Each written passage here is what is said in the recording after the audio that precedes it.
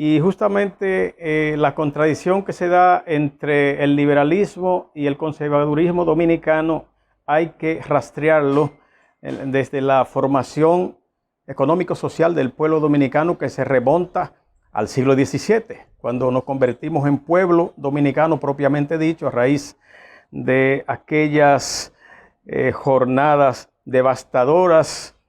que, a la luz de la incursión de los criollos en una serie de áreas coloniales y que pusieron en entredicho la autoridad del Imperio Español, de la corona, hubo que llevar a cabo un proceso de traslados que, por las consecuencias que trajeron estos traslados desde Montecristi, desde Puerto Plata, desde Vallajá, desde La Yaguana y de toda esa zona limítrofe, dejando territorios que incluso hoy constituyen parte del territorio haitiano, pues fueron trasladados a otros lugares como la provincia de Monte Plata, Vallaguana y demás, donde entonces concluimos en una devastación, en un proceso devastador, porque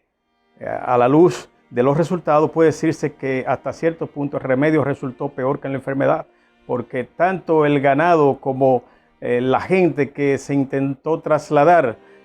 murieron más prácticamente que los que llegaron, sobre todo el ganado. Fue una travesía que definitivamente nosotros no podemos ni siquiera imaginar, porque no estamos hablando de las autovías, no estamos hablando de las carreteras que existen actualmente, estamos hablando de caminos que había que ir construyendo al andar. Eran caminos desde el norte, desde el noroeste, desde el oeste, desde partes que hoy constituyen el territorio haitiano, la nación haitiana, hasta la actual Monte Plata. Entonces, en ese contexto se forja más bien la identidad étnico-racial, étnico-cultural del pueblo dominicano. Pero nosotros tenemos que buscar las contradicciones entre liberales y conservadores más cerca. Tenemos que buscarlos en torno a la guerra de reconquista y a la independencia efímera. Es en el marco de la guerra de reconquista cuando los dominicanos reivindican su españolidad, por así decirlo, su identidad con la madre patria frente al imperio francés, cuando nosotros definimos un estatus perdido, un estatus raro, un estatus que se caracterizó por la vaciedad económico, político y social, tanto que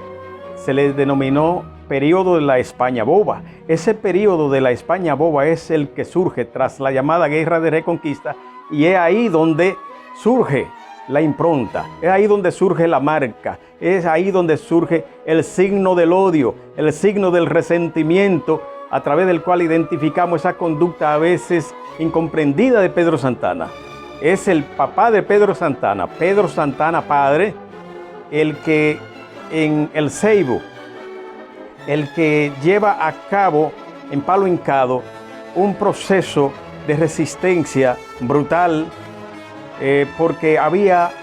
mucho resentimiento, había mucho odio, había una cuenta por saldar muy cara frente a los haitianos, porque los haitianos les habían expulsado de sus tierras en Hincha, que es la tierra de los Santana. Es allí donde nace Pedro, el niño Pedro, que nace con todo ese resentimiento y que de alguna manera luego lo puso de manifiesto frente a los trinitarios y frente a todo aquel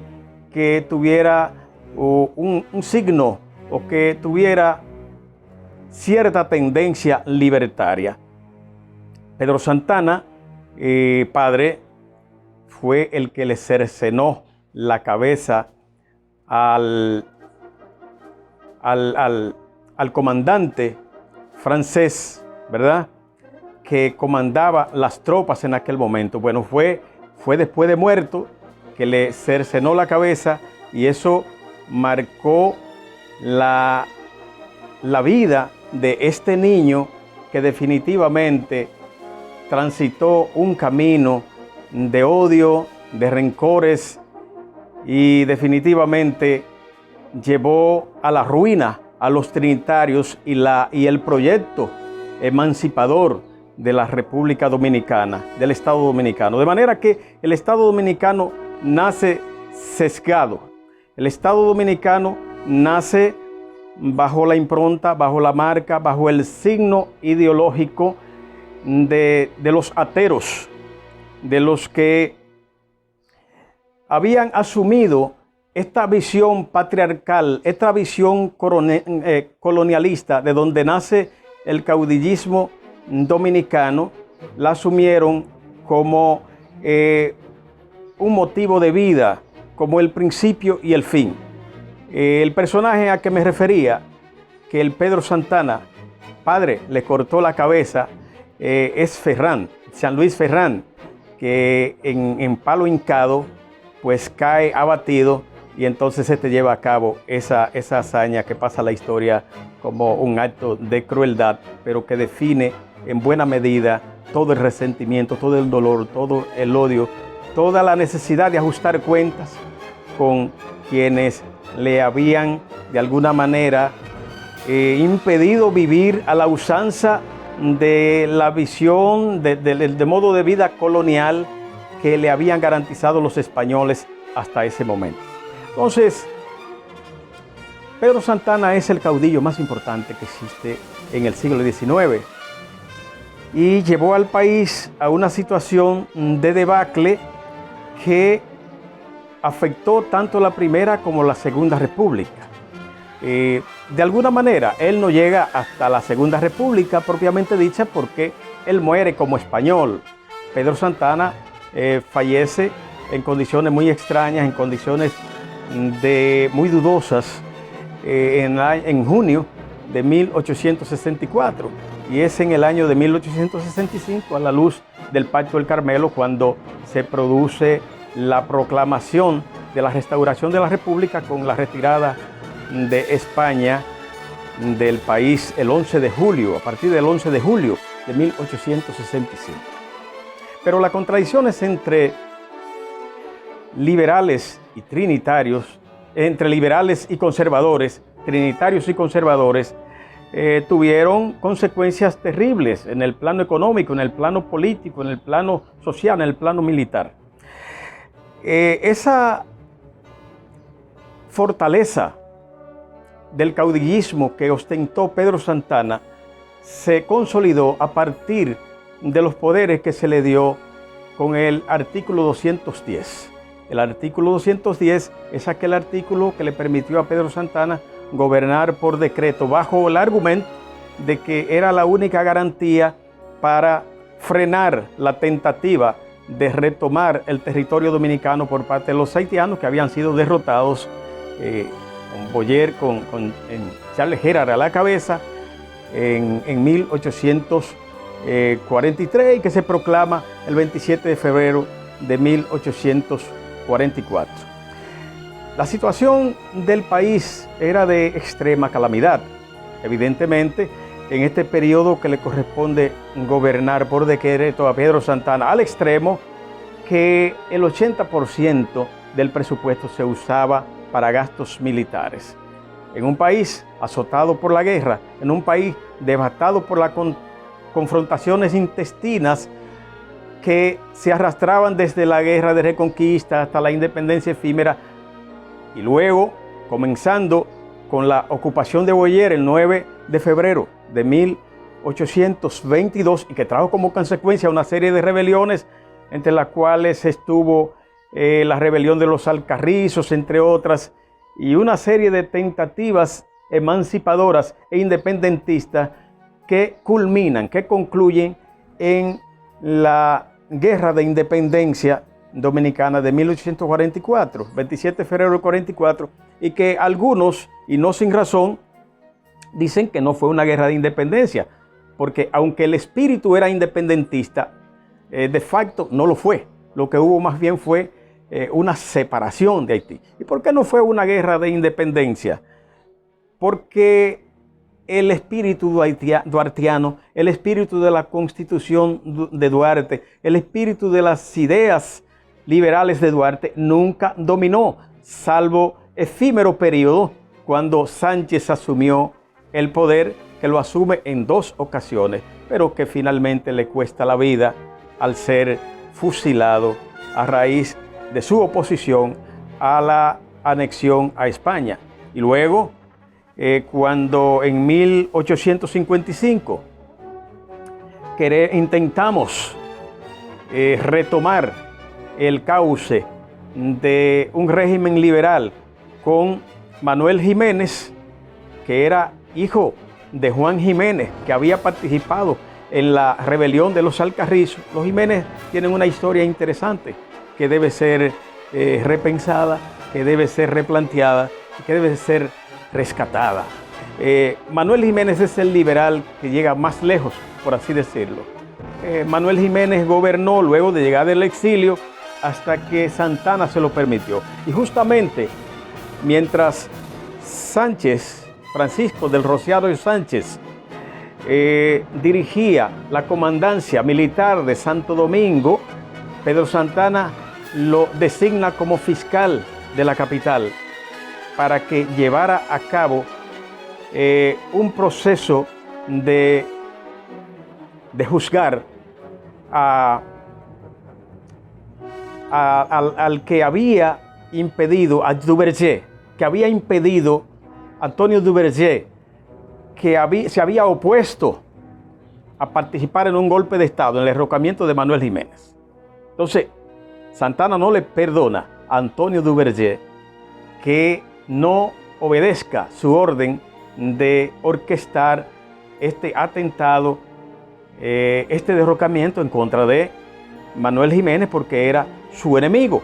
Entonces ponen a Sánchez en eso. Es una de las cosas, es una de las máculas, es una de las manchas que tienen nuestros trinitarios. Y yo pienso que la historia tiene que ser analizada, no narrada, pero tiene que ser analizada en términos de lo que fue y no de lo que uno desea. No vamos aquí ahora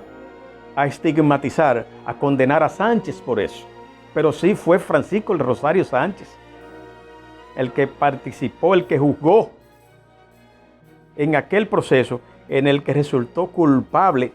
de supuesta traición a la patria de Antonio Duverger, que le costó el fusilamiento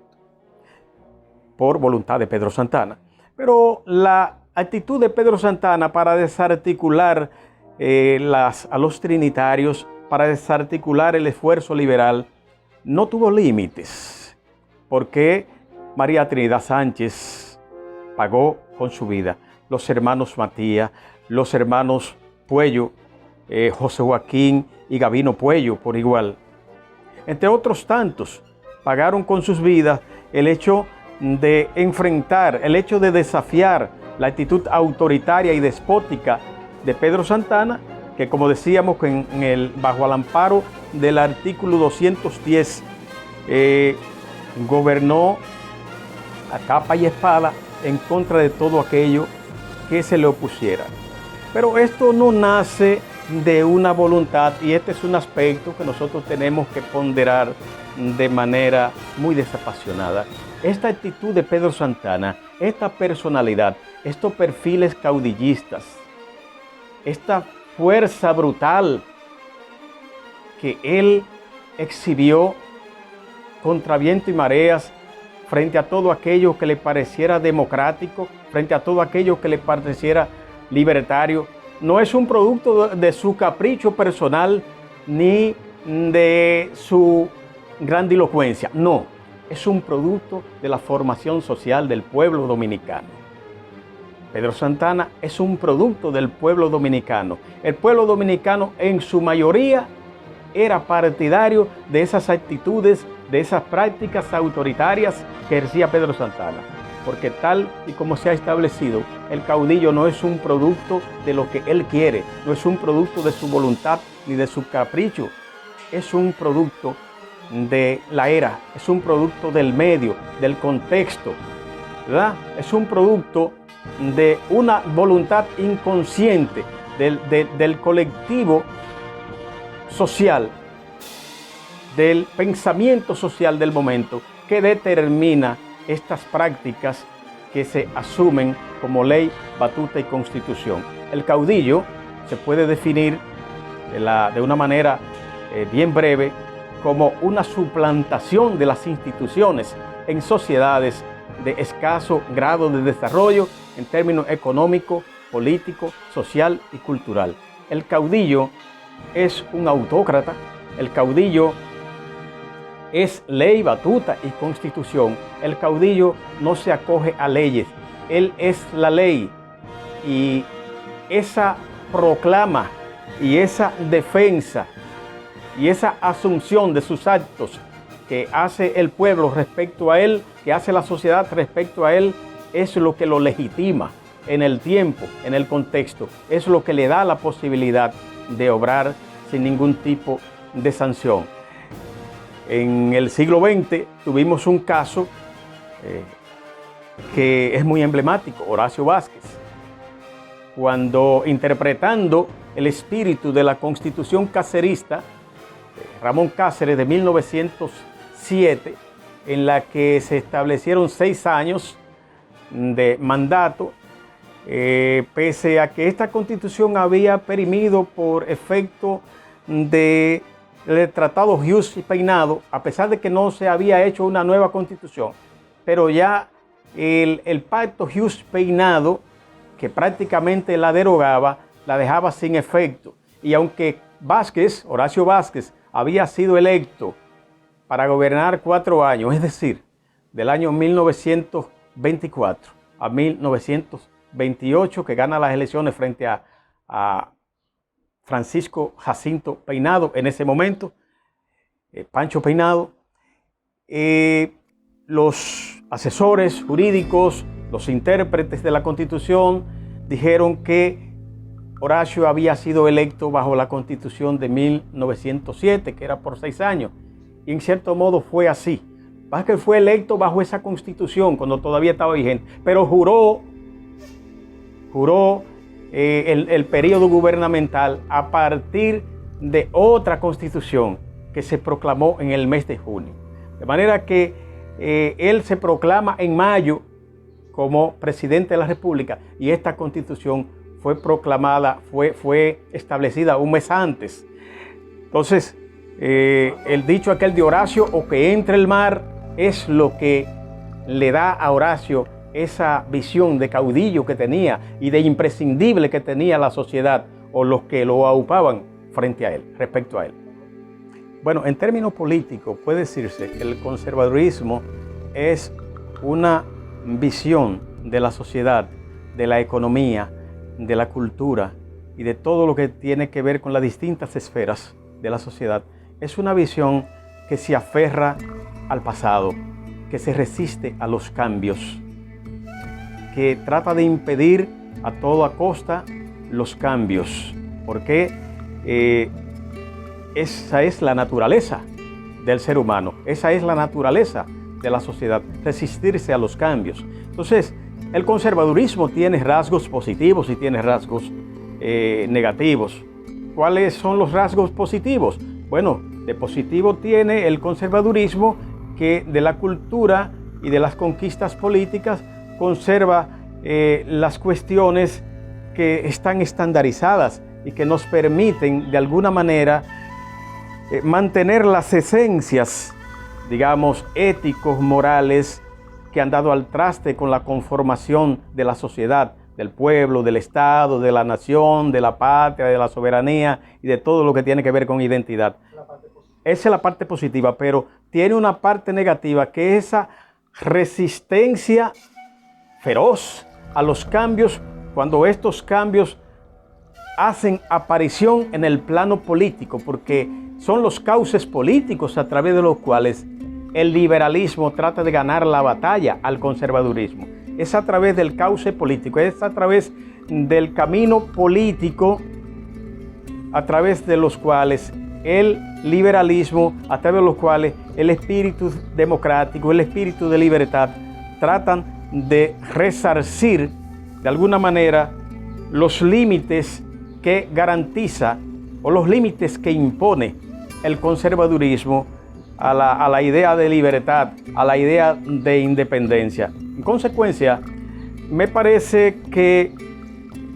el conservadurismo no tiene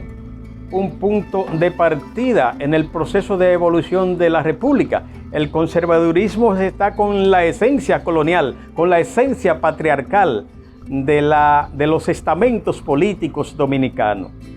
que suelen llamarle a veces clases políticas, pero clase política es un gazapo. Estamos hablando de los estamentos políticos dominicanos, de las instancias políticas dominicanas que se han mantenido sobre la base de esta visión caudillista, de esta visión personalista, de esta visión conservadora que nos remite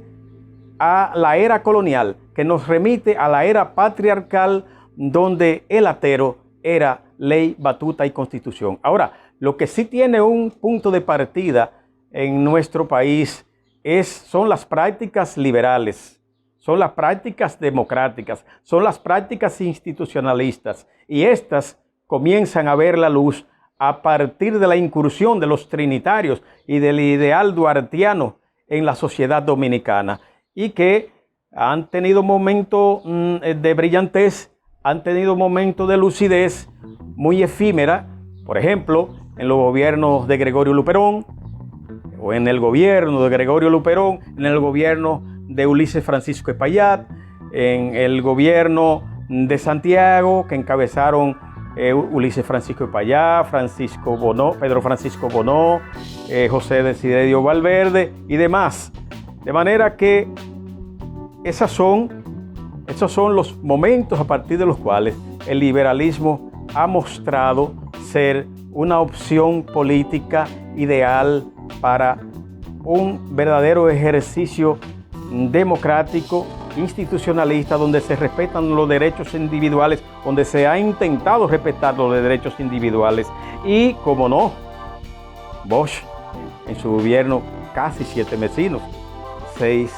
meses y 28 días, también hizo un ejercicio liberal que todos añoramos por lo que representó en términos de tentativa de dar al pueblo el poder, de dar al pueblo la soberanía y la autoridad que tiene y que siempre ha debido tener de decidir sobre su destino. Sí, hay una relación muy cercana entre caudillo y conservadurismo, o entre caudillismo y conservadurismo, porque el conservadurismo se ha mantenido históricamente sobre la base de un ejercicio caudillista, es decir, personalista. Ese esquema conservador, esa manera autoritaria, tradicional de ejercer el poder, donde un individuo es el que decide la suerte de una sociedad, está muy entroncada con la visión caudillista, de manera que hay una relación indisoluble entre el caudillismo y el conservadurismo en el ámbito del ejercicio político y social de la autoridad, porque el caudillo no solo ejerce su autoridad como ente político en las instancias y en los estamentos políticos, también lo ejerce en el plano social. Pedro Santana, justamente, que es el caudillo más relevante que ha tenido la República Dominicana, o que lo tuvo en el siglo XIX, tuvo esa posibilidad justamente por la influencia que él tenía en su peonía, en todos sus trabajadores. Y de ahí es que Pedro Santana construye su ejército allá en Palo Hincado, allá en el Ceibo, donde él utilizaba como recurso primario este ejército de peones para involucrarlo en milicias personales que terminaron siendo los guardianes de la patria, por así decirlo. Y claro, esto jugó un papel determinante en la separación de Haití, porque Pedro Santana es la primera espada, Pedro Santana es el arma fundamental a través de la cual el pueblo dominicano logra separarse de Haití, no así alcanzar su independencia, porque Pedro Santana, como Báez, como todos los conservadores, como Bobadilla y demás, nunca fueron partidarios de la independencia, fueron partidarios de la separación para tener posibilidades de llevar a cabo un proceso anexionista o de protectorado a través del cual ellos saliesen beneficiados, como en buena medida muchos se beneficiaron. Y Pedro Santana concluye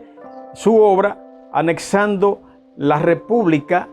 disolviendo la república que él contribuyó a crear para convertirla en una provincia ultramarina y convirtiéndose él de presidente de la república, autodegradándose presidente de la república a una capitanía, a un marquesato. Es el marqués de las Carreras, ¿verdad? Y con tan mala suerte Pedro Santana, por así decirlo, que además de morir derrotado por Luperón, además de morir derrotado por los restauradores, por la fuerza restauradora, también murió derrotado y traicionado por los propios españoles, con José de la Gándara a la cabeza, que cuando lo vieron inútil, pues lo echaron a un lado y se dice que murió deprimido y su muerte justamente no está tan clara. No se sabe si se suicidó, no se sabe si se envenenó o ciertamente murió de una fiebre amarilla o de malaria o de una de estas enfermedades. Mira, después de la Guerra de la Restauración, nosotros vemos una serie de actitudes difusas, confusas e inestables por parte de los políticos dominicanos que te sitúan en una situación de dificultad para identificar en qué litoral ideológico está cada uno de estos caudillos, por así decirlo, uno de estos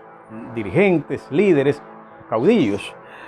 porque la sociedad dominicana, producto de su formación social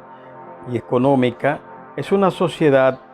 que no tenía claro el concepto de clases sociales, no se habían desarrollado y por consiguiente no había una ideología determinada a la que respondiera determinado estamento social, determinado estrato social, determinado sector social. Entonces hay que hablar de caudillos, hay que hablar de sujetos sociales, de dirigentes políticos que de alguna manera enarbolaban ideas que no pasaban de ser ideas y que muchas veces se quedaban en la tentativa. Y por más que querían, si intentaban resistirse a la fuerza con que influía el medio, el entorno económico, social y cultural, se caían desplomados y otros optaban por adaptarse y entonces continuaban. Entonces se sufrían esta transformación, como es el caso de Ulises Eroz, como es el caso de Lili. Aquí podemos hablar sobre todo de Buenaventura Báez como el rival más peligroso, más poderoso que tuvo Pedro Santana. Buenaventura Báez tuvo la capacidad, tuvo el privilegio de liderar de alguna manera, de acaudillar los estamentos políticos tanto en la Primera como en la Segunda República. Pero Gregorio Luperón tiene la grandeza de haber derrotado a ambos caudillos.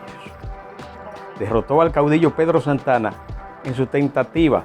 por obliterar, por borrar, por eliminar las conquistas de la Primera República con la anexión a España,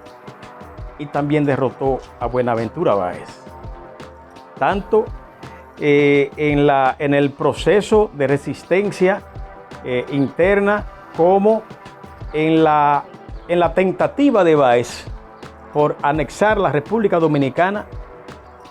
luego de la guerra, en el periodo de los 6 años que produjo aquella llamada Guerra de los 6 años del 1868 a 1874, cuando Báez no logró el sueño, no logró su aspiración nefasta de anexar a la República Dominicana, no como un estado más de la Unión, que es peor, sino como territorio de ultramar de los Estados Unidos. Y entonces, justamente en ese sentido, dice Pedro Enrique Ureña que la lucha del pueblo dominicano por su identidad, por su definición política, por su independencia, culmina justo con la Guerra de los 6 años, con esta derrota que le profirieron los restauradores, encabezados por Gregorio Luperón, a Buenaventura Báez. Y Buenaventura Báez es además el sustituto de Duarte Es mucho decir, pero esa es la realidad. Según dice Bosch, me parece que no sin razón, Buenaventura Báez llena el vacío que dejó Duarte en el segmento de la pequeña burguesía. Desde la lógica y la visión de este segmento poblacional, Buenaventura Báez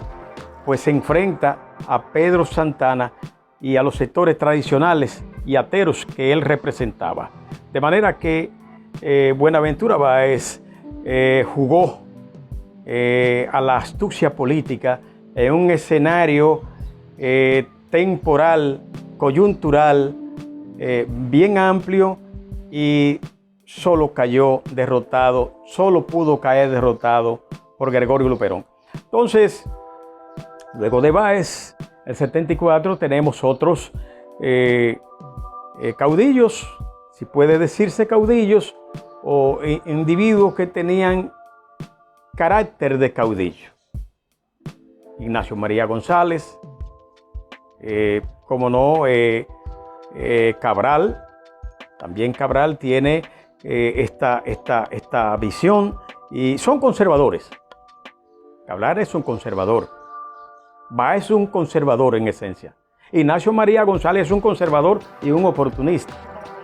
Esa es de los cotorra, de los verdes cotorra, que se alimentaba tanto de los azules, que eran los restauradores, el Partido Azul, el primer partido liberal después de la Trinitaria que surge en la República Dominicana, y los rojos de Báez.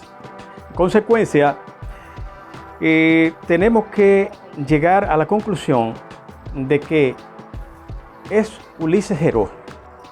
con su ascenso al poder en 1886, hasta ser abatido en 1899, casi al cierre del siglo XIX, en la alborada del siglo XX. Es Ulises Heró el que le saca más beneficio tanto a liberales como a conservadores. Es decir, Ulises Heró hizo una simbiosis, hizo un eclecticismo ideológico, político, y se amparó y se nutrió de estos dos sectores que eran indispensables para la gobernabilidad, sino para la gobernanza, que son dos conceptos distintos, pero por lo menos para la gobernabilidad. Y hubo ciertos elementos de buena gobernanza, por así decirlo, en tiempo de Lilis, porque Lilis es el que introduce de manera significativa en el plano de la modernidad la industria azucarera a la República Dominicana. Ya lo habíamos tenido a partir de 1864. Comenzaron a venir los primeros desde Cuba y desde ciertas islas del Caribe, pero es Lilis el que introduce estas prácticas agropecuarias, estas prácticas agrícolas a la República Dominicana, sobre todo con su acción en contra de las compañías europeas, contra la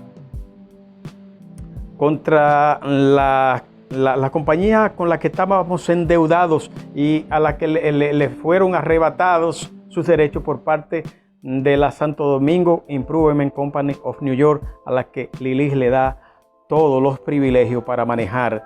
el ámbito privado, el sector privado, y de alguna manera el sector público también. Entonces, el país nace endeudado y Lilis es uno de los que contribuye al mayor endeudamiento del país con el empréstito que ya arrastrábamos de la Western Door. Lilis lo reafirma y vuelve a endeudar el país y transfiere estas deudas a la Improvement, esa compañía estadounidense que a partir de ese momento asumen el control de la República Dominicana, el control financiero de la República Dominicana, hasta que en 1916 se produce la segunda ocupación la segunda ocupación del país. La gente dice la primera ocupación, es la segunda ocupación, porque fue la primera ocupación, pero no la primera intervención, corrijo. Se habla de la primera intervención, pero yo diría que fue la tercera intervención de la de 1916, porque intervinieron a raíz de la tentativa del presidente Grant de anexarse el territorio dominicano bajo el amparo de Báez en el periodo de los 6 años, y luego con la intervención de los buques de guerra en lo que hoy es Villa Duarte, en la zona de Pajarito, en el gobierno de Carlos Morales Languasco, y que sustituyó Ramón Cáceres, que era su vicepresidente, y luego Cáceres fue confirmado, legitimado como presidente constitucional de la República por 6 años. Entonces, esa es la segunda intervención. La tercera intervención, que a su vez fue ocupación, que es la única ocupación que hemos tenido, es la de 1916 a 1924. Justo yo tengo un texto escrito en ese sentido, que fue el producto de una tesis de maestría, una maestría itinerante que se hizo entre el Centro de Estudios Avanzados de Puerto Rico, el Caribe y la UAS, y ese fue el tema de investigación, y de ahí salió un libro que tuvo una segunda edición. De manera que ahí nosotros perdimos por completo la soberanía del 16 al 24, porque fue una ocupación donde se izó la bandera dominicana, norteamericana, y era el símbolo del poder de quien gobernaba en el país. Entonces, en el contexto de esa ocupación militar de 1916, nosotros tuvimos unos 4 gobernadores, que es un periodo tan interesante como ignorado, por así decirlo, por parte de quienes estudian a profundidad la historia dominicana. Ese periodo como tal no ha sido tan estudiado como debería ser, porque ahí hubo muchos cambios, ahí hubo muchas transformaciones. Yo diría que desde el punto de vista estratégico, la ocupación militar estadounidense de 1916 es más importante que la intervención militar estadounidense de 1965, porque la del 65 duró meses, pero la ocupación del 16 duró 8 años, y fue ahí donde se desarticuló el Estado dominicano. Fue ahí donde se disolvieron todas las instituciones educativas, las instituciones militares, las instituciones políticas, y todo lo que podía llamarse dominicano fue disuelto. De manera que la ocupación militar de 1916 y los gobernadores que generó merecen mucho más atención, como es Snowden, como es Harry Lee, como es Harry Robinson, y como es el comandante Knapp, Henry Knapp. De manera que la ocupación militar estadounidense a la República Dominicana constituye un momento que marca un antes y un después en la estructura del Estado dominicano. Es con Horacio Vázquez, entonces, cuando hubo que repensar, que reestructurar el Estado, y aún así quedaron rezagos caudillistas, quedaron elementos de caudillismo que solo el jefe, solo Trujillo desarticuló, ¿verdad? Es Trujillo, que fue un cancerbero, un perro de presa de los gavilleros. Los gavilleros, dicho sea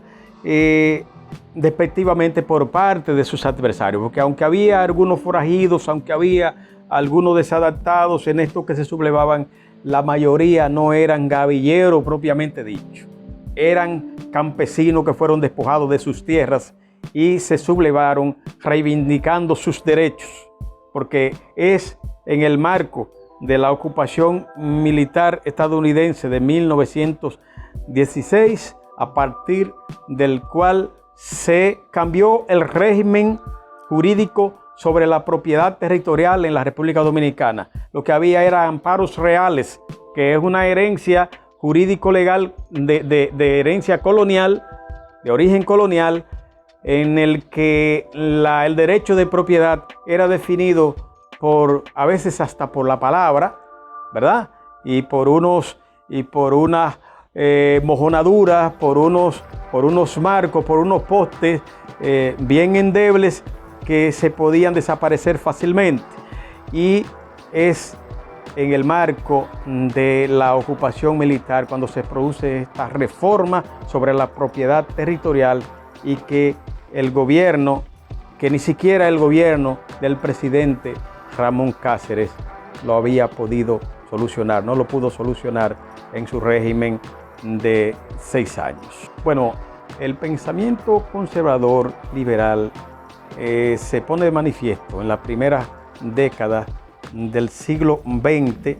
a partir justamente del autoritarismo, a partir de la resurrección del caudillismo, de uno que hemos pensado, sobre el cual hemos reflexionado bastante, que es el presidente Ramón Cáceres. Ramón Cáceres es un caudillo anticaudillo. Hay un libro que justamente fue reconocido como Premio Nacional de Historia por parte del Archivo General de la Nación, que es de mi autoría, que se llama El modelo anticaudillista y desarrollista del presidente Ramón Cáceres. Este texto analiza las acciones económicas, políticas, sociales, jurídicas llevadas a cabo por el presidente Ramón Cáceres para desarticular un caudillismo que quedó desarticulado, pero que dejó una simiente muy peligrosa y que él subestimó. Luis Tejera siempre tuvo recelo, resentimiento de Ramón Cáceres por haber servido la misma causa a que sirvió Ramón Cáceres y haber entendido que él merecía tanto o más que Mon. Y sin embargo, nunca le fue reconocido. Por eso, entre otras razones, Luis Tejera, que era hijo de don Emiliano Tejera, uno de los intelectuales dominicanos, historiadores dominicanos más brillantes de la época, uno de los servidores públicos más eficientes de la época, pues llevó a cabo este acto. Don Emiliano Tejera proclamó cuando mataron a Mon, supo que era su hijo que lo había matado, dijo: bien muerto, pero mal matado. Esto se ha interpretado de diferentes maneras, sin embargo, pienso que él quiso decir lo que dijo. Él dijo lo que dijo y lo que se quiera interpretar, pues se puede interpretar. Pero a mi ver, tal vez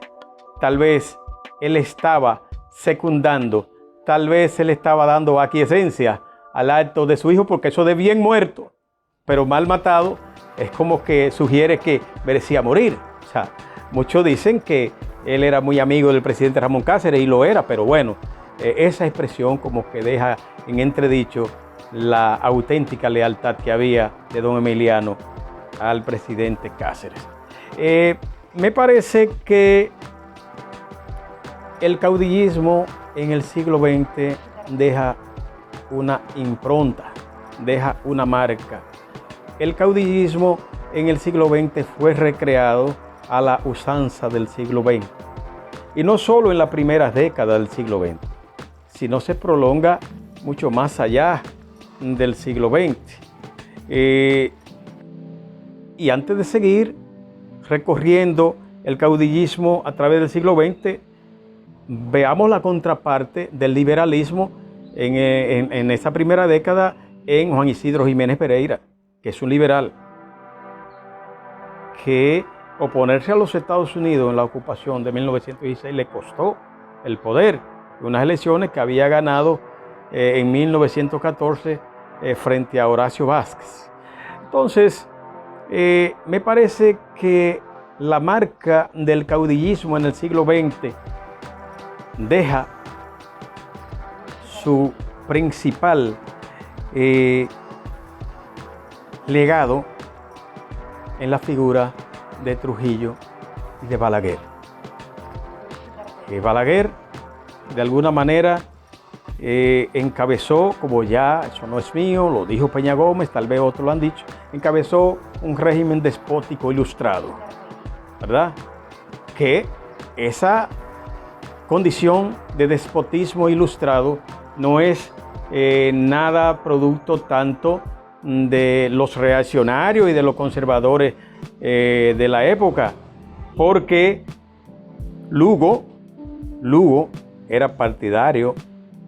y fue partidario y expresó su simpatía en determinado momento, Américo Lugo, con un régimen despótico ilustrado, tanto que producto de estas convicciones, Trujillo llegó a confundirse con él y llegó a impartirle especie de órdenes o de solicitudes que Lugo curiosamente no cumplió. Parece, yo no sé si Lugo era dichoso o tenía una raigambre intelectual tan profunda y tan sólida que era muy arriesgado matarlo o simular un accidente en su contra. Porque decirle que no a Trujillo como que no se lucía en ese tiempo, en ese momento, en esa coyuntura. Y Trujillo le dijo que le hiciera una historia de la República Dominicana, una forma de la historia del régimen. Y Lugo le dijo que no era historiador del Estado, era historiador de la República, historiador de la patria, de alguna manera. Y lo hizo a través de una comunicación, una carta que está ahí todavía. Entonces, el conservadurismo y ese espíritu caudillista, y que se liga un tanto con esa herencia despótica ilustrada de la Ilustración francesa, ¿verdad? Merodeó de alguna manera ampliamente en la sociedad dominicana, y el más aventajado de esa cosecha de caudillos, yo diría que fue Balaguer después de Trujillo. Y ahora tenemos otros sujetos que tienen esas ínfulas y no lo podemos ocultar. Aquí tenemos esa visión caudillesca de las estructuras políticas, esa visión caudillista del ejercicio del liderazgo social en Leonel Fernández. Leonel Fernández es el caudillo de la época, o es el que tiene, es una especie de caudillismo caricaturesco, una especie de caudillo de caudillo caricatura, porque ya aquí no caben los caudillos, ya el espíritu democrático, ya la institucionalidad de los procesos ganó mucho terreno, y es muy difícil que pueda alzar vuelo, es muy difícil que pueda cantar victoria una visión caudillista readecuada a ninguno de los tiempos, porque ya el pueblo dominicano aprendió bastante del daño que hace ser gobernado por caudillos, darle la confianza a un sujeto para que dirija su destino de manera incondicional. En el ámbito de los estamentos políticos podemos identificar cierto aliento caudillista en estos partidos que han sido construidos a imagen y semejanza de los intereses de un sujeto, de un individuo, a imagen y semejanza de las ínfulas de quienes se creen imprescindibles, porque aquí hay quienes se creen imprescindibles, y aquí lo único imprescindible es la vida democrática, lo único imprescindible es la institucionalidad del país, lo único imprescindible es el carácter soberano del pueblo dominicano en una orientación, en un camino que hay que ir fortaleciendo democráticamente para que cada día logremos distanciarnos más del autoritarismo que tanto daño hizo al pueblo dominicano tanto en el siglo XIX como en el siglo XX, ¿verdad? A principio y al final del siglo XX, porque lo que culmina en 1978 con la retirada de Balaguer y el ascenso de Antonio Guzmán y el PRD al poder es una experiencia interesantísima, que tal vez fue tan dura la prueba que probablemente como los muertos nos hablan, no podemos confirmarlo. Probablemente por esta razón, Antonio Guzmán decide terminar con su propia vida. Entonces, la mentalidad conservadora de la sociedad dominicana subyace al inconsciente colectivo, tanto que salimos de Balaguer en el 78, pero volvimos y los tuvimos en el 86 hasta el 94. Y no fue hasta el 96. Y no fue hasta el 98 para completar 12 años más. Así que hubiesen sido 24, porque Peña Gómez se atravesó en el medio y puso su liderazgo al servicio del pueblo dominicano, dicho sea en honor a la verdad. Porque Peña Gómez es uno de los líderes que evidentemente no es ignorado, pero es uno de los líderes que más aportes hizo a la democracia burguesa, como se acuñó el término, a la democracia, a la institucionalidad del Estado dominicano a través de sus luchas, tanto en la forja del PRD como en la Guerra de Abril de 1965, como en los gobiernos que ostentaron Antonio Guzmán, Jorge Blanco, Hipólito Mejía y demás.